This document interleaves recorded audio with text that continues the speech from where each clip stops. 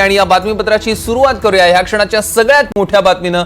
पंतप्रधान नरेंद्र मोदी राष्ट्रपती भवनात दाखल झालेले आहेत आणि राष्ट्रपती द्रौपदी मुर्मूंसह पंतप्रधान मोदींची चर्चा सुरू आहे। 8 जूनला नरेंद्र मोदी पंतप्रधान पदाची शपथ घेण्याची शक्यता आहे।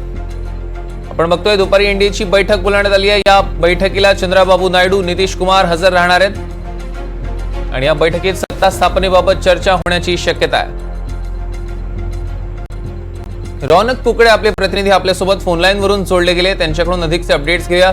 रौनक, आपण बघतोय आता पंतप्रधान मोदी राष्ट्रपती भवनात दाखल झालेले आहेत आणि पंतप्रधानांची राष्ट्रपतींसह चर्चा सुरू आहे। 8 जूनला होईल शपथविधी, काय वाटतं?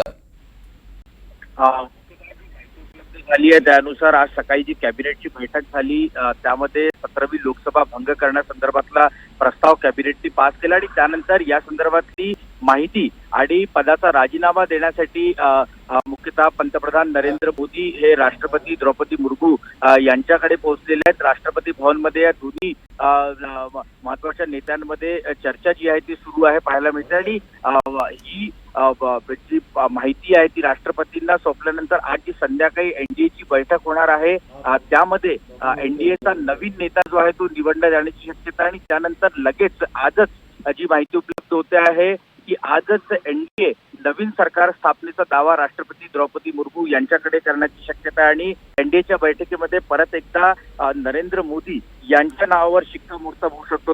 आता या घडीची सर्वात महत्वाची बातमी आहे की पंतप्रधान नरेंद्र मोदी हे राष्ट्रपती द्रौपदी मुर्मू यांच्याकडे आपला पदाचा राजीनामा देण्यासाठी पोहोचलेले आहेत आणि जो कॅबिनेटमध्ये निर्णय घेण्यात आलेला आहे त्या संदर्भातली माहिती ते राष्ट्रपती द्रौपदी मुर्मू यांना देतील।